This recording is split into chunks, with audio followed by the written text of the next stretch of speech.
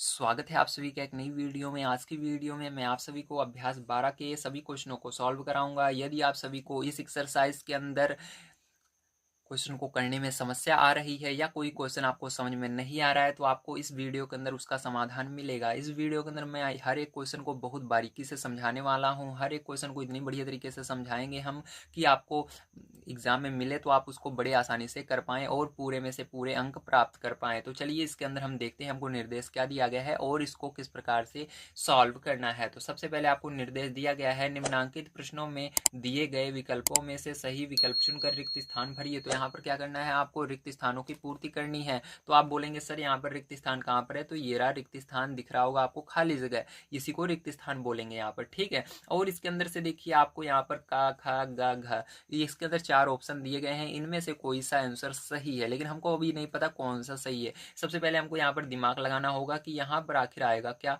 ठीक है, हमको सॉल्व करना होगा कि ये आखिर सॉल्व किस तरह से हुआ है। ठीक है, तो मैं आपको बताने वाला हूँ किस तरह से ये सॉल्व हुआ है।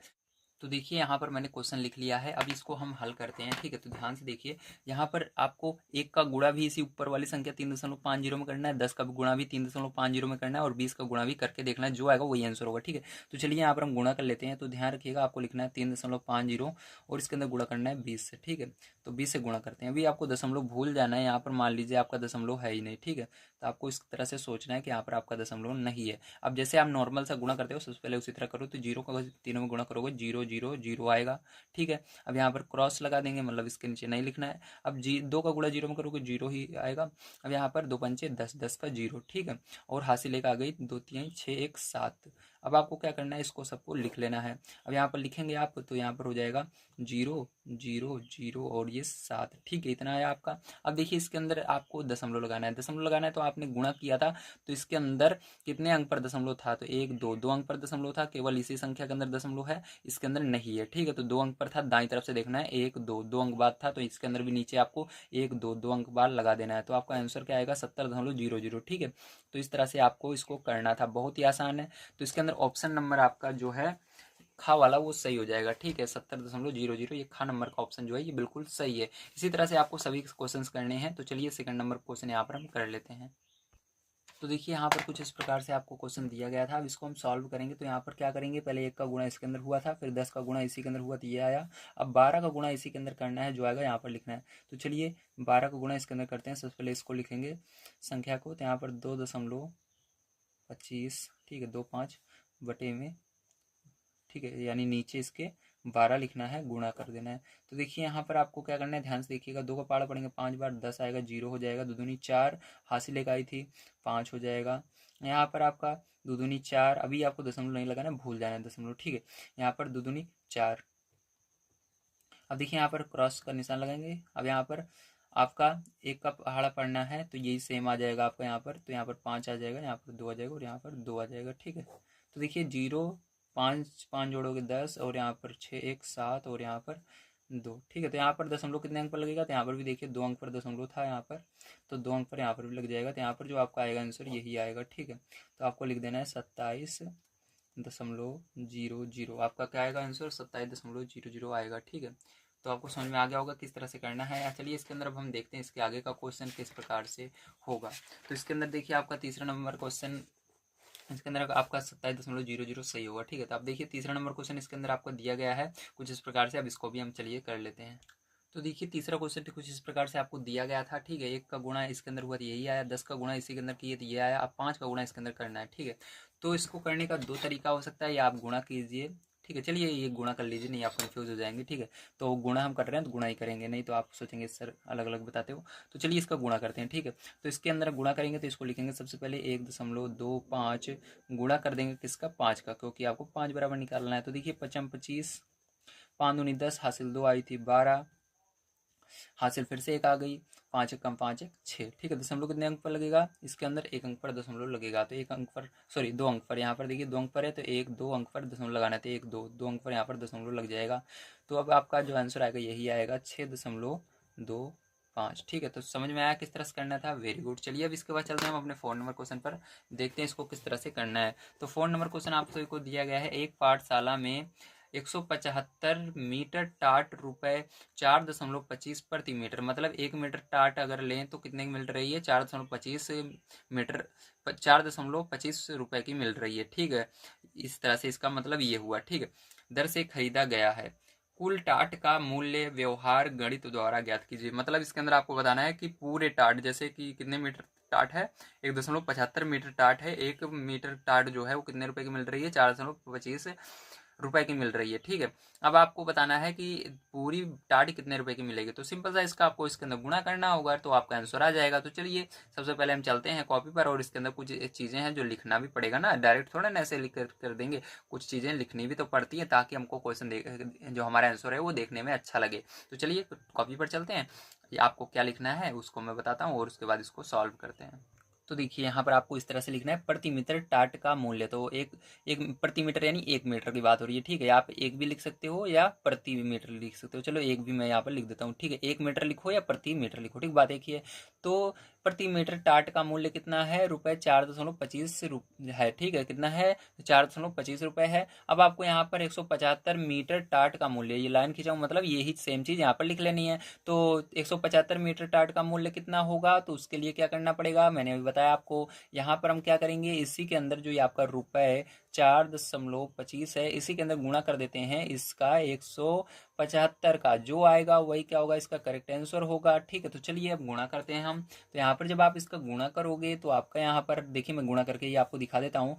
तो यहाँ पर देखिए आप गुणा कर लेते हैं हम, तो यहाँ पर 4.25, ठीक है, और यहाँ पर 175, इस तरह से आपको लिखना है और यहाँ पर गुणा करना है। ठीक है, अब यहाँ पर गुणा करिएगा आप, तो गुणा करेंगे तो कितना आएगा, तो देखिए 25, 25 की 5, हासिल 2 आ गई। अब 5 दूनी 10, 2 12, हासिल 1 आ गई, 5 चौक 20, 20 1 21। ठीक है, अब यहाँ पर क्रॉस का निशान, अब यहाँ से पढ़ेंगे 7 5 35, 7 दूनी 14, 14 और 3 17। ठीक है, अब यहाँ पर 7 चौक 28, 28 1 29। ठीक, इस तरह से फिर यहाँ पर कुछ 2 क्रॉस, क्योंकि यहाँ पर इसका पहाड़ा पढ़ लिया हमने, इसके नीचे कुछ नहीं लिखेंगे, एक का पहाड़ा पढ़ेंगे तो यही आएगा, तो इसी को लिख देना है 5 2 4। अब सबको क्या करना है, ऐड कर लेना है, तो यहाँ पर 5 आ जाएगा, यहाँ पर आपका 5 2 7 आ जाएगा, 5 और 2 7 हो जाएगा। इसी तरह से आपका यहाँ पर जोड़ोगे 1 7 8 हो जाएगा, 8 और 5 जोड़ोगे 13 हो जाएगा, 13 की 3, हासिल कितना है 1 आ गया।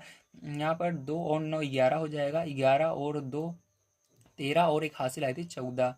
ठीक है, यहाँ पर 2 और 4 6 हो जाएगा, हासिल 1 7। ठीक है, तो आपका जो आंसर आएगा वो ये आएगा। अब यहाँ पर आपको दशमलव भी तो लगाना है, क्योंकि यहाँ पर ऊपर दशमलव था तो 2 अंक पर दशमलव लगाना है, इधर से पीछे से तो 1 2 2 अंक पर यहाँ पर दशमलव लग जाएगा। मैंने को कैसे पता चला, क्योंकि इसके अंदर 1 2 अंक पर है तो इधर भी 2 अंक पर होगा, तो इतने रुपए होगा। कितने रुपए की होगी आपकी टाट, तो इतने रुपए की आएगी, रुपये 743.75 की। ठीक है, तो चलिए अभी आपको समझ में आ गया होगा किस तरह से आंसर निकाला जाता है इसका।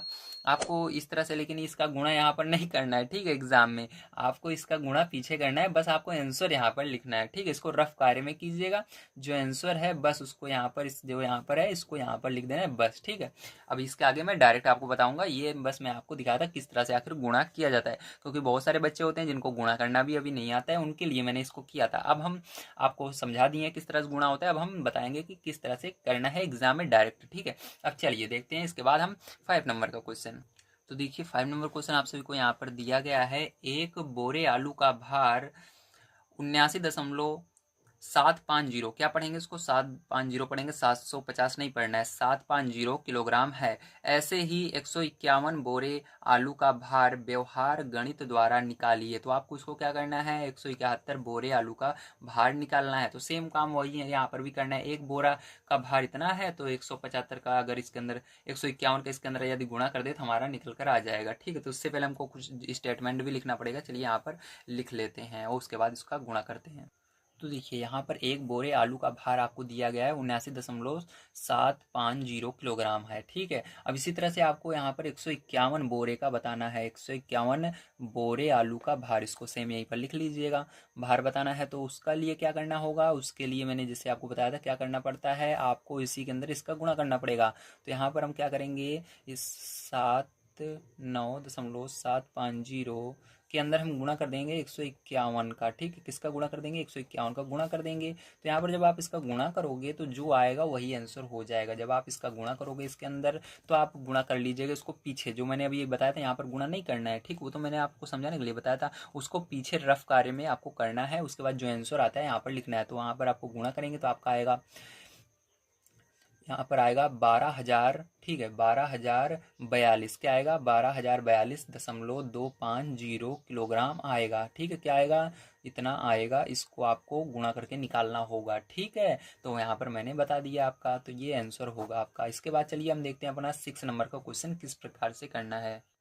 तो देखिए हमको 6 नंबर क्वेश्चन यहाँ पर दिया गया है। 95 किलोग्राम चीनी का मूल्य ₹16.25 प्रति किलोग्राम की दर से व्यवहार गणित द्वारा ज्ञात कीजिए। मतलब यदि हमको 1 किलो चीनी 16.25 रुपये में मिल रही है तो हमको बताना है 95 किलोग्राम चीनी कितने रुपए की होगी, ठीक है। तो ये सिंपल सा है, आप भी जानते हो, गुणा कर देना है, ठीक है, यदि आपको आता है तो। यदि नहीं आता है तो आप समझना है किस तरह से यहाँ पर करना है आपको एग्जाम में इसको। तो सबसे पहले लिखेंगे 1 किलोग्राम चीनी का मूल्य, ठीक है, बराबर आपको कितना दिया गया है? ₹16.25, ठीक है, ये दिया गया है। अब हमको निकालना है 95 किलोग्राम चीनी का मूल्य। तो लिखेंगे 95 किलोग्राम चीनी का मूल्य बराबर, ठीक है। तो इस तरह से निकालना है। तो इसके लिए क्या करेंगे हम? इसी के अंदर 16.25 के अंदर इसी 95 का गुणा करेंगे, ठीक है, जैसे हर बार हम करते हैं। तो यहाँ पर जब आप गुणा करोगे तो क्या आएगा? ध्यान से देखिए। तो गुणा करने पर आपको गुणा अलग से करना है, रफ कार्य में यहाँ पर नहीं करना है। मैंने जैसे स्टार्टिंग में बताया था, तो आपको एक क्वेश्चन मैंने करके दिखाया था, वो भी मैंने बताया था कि इसको यहाँ पर नहीं रफ कार्य में आप करेंगे। मैंने यहाँ पर ही किया था, लेकिन आपको रफ कार्य में पीछे दूसरे पन्ने में करना होता है, ठीक है। अब देखिए यहाँ पर अब क्या करेंगे? इसका जब आप गुणा करेंगे तो आपका यहाँ पर आंसर आएगा 1543, ठीक है, 1543.75 रुपये, ठीक है। इतने रुपए की होगी। कितने रुपए की होगी? 1543.75 रुपये की ये चीनी पड़ेगी, ठीक है। इतने रुपए की 95 किलोग्राम चीनी आएगी। अब चलिए इसके बाद हम देखते हैं अपना 7 नंबर का क्वेश्चन, ठीक है। तो यहाँ पर 7 नंबर क्वेश्चन आइए, उससे पहले हम पढ़ लेते हैं। तो 7 नंबर क्वेश्चन यहाँ पर आप सभी को दिया गया है। एक कार 1 लीटर पेट्रोल में 16.50 किलोमीटर का औसत देती है। 15 लीटर पेट्रोल में वह कितनी दूरी जा सकती है? व्यवहार गणित द्वारा निकालिए, ठीक है। तो इसके अंदर बताया जा रहा है 1 लीटर पेट्रोल में वो 16.50 किलोमीटर जाती है, तो 15 लीटर में कितनी दूर जाएगी? तो आपको 15 का गुणा इसके अंदर कर देना है, आंसर आ जाएगा। तो इसको लिखना भी पड़ेगा आपको, तो आप लिखेंगे इसके अंदर, ठीक है। हम ये कर रहे हैं हल 7 नंबर का क्वेश्चन है ना। तो इसके अंदर से आपको सबसे पहले लिखना है 1 लीटर पेट्रोल में कार का औसत, ठीक है, मतलब कितना वो जाती है। तो 1 लीटर पेट्रोल में कार का औसत कितना है? 16.50 या 50 किलोमीटर, ठीक है। कितना है? 50 किलोमीटर, ये हुआ। अब इसके बाद देखिए 15 लीटर में कितना औसत देगी, तो इसको निकालना है। तो इसके लिए सेम वही काम करेंगे हम, 16.50 का गुणा करेंगे 15 के अंदर, ठीक है। अब इसका गुणा करो तो जो गुणा करने पर आएगा उसको आपको लिख देना है। तो यहाँ पर जब आप गुणा कर लेंगे तो आपका आएगा 247.50 किलोग्राम में निकल रहा है, तो किलोग्राम लगा देंगे, सॉरी किलोग्राम नहीं, किलोमीटर निकल रहा है, किलोमीटर लगा देंगे, किमी मतलब किलोमीटर, ठीक है।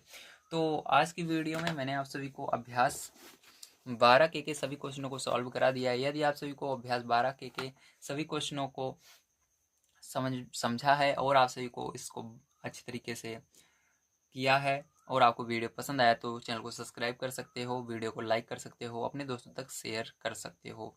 तो अगला वीडियो आप सभी को जल्दी प्रोवाइड किया जाएगा। मैं आप सबको बता दूं, आप सभी को मैंने इसके अंदर पीछे के जितने भी एक्सरसाइज हैं सबको कंप्लीट करवा रखी है। आपको यहाँ पर प्लेलिस्ट शो हो रही होगी, क्लिक करके देख सकते हैं। इसके आगे का वीडियो देखने के लिए आप कमेंट बॉक्स में, डिस्क्रिप्शन बॉक्स में या यहाँ पर भी शो हो रहा होगा, उस पर क्लिक करके इसके आगे के वीडियो पर जा करके देख सकते हैं। तो मिलते हैं अगली वीडियो में। वीडियो देखने के लिए धन्यवाद। आप सभी का दिन शुभ हो। Thank you very much.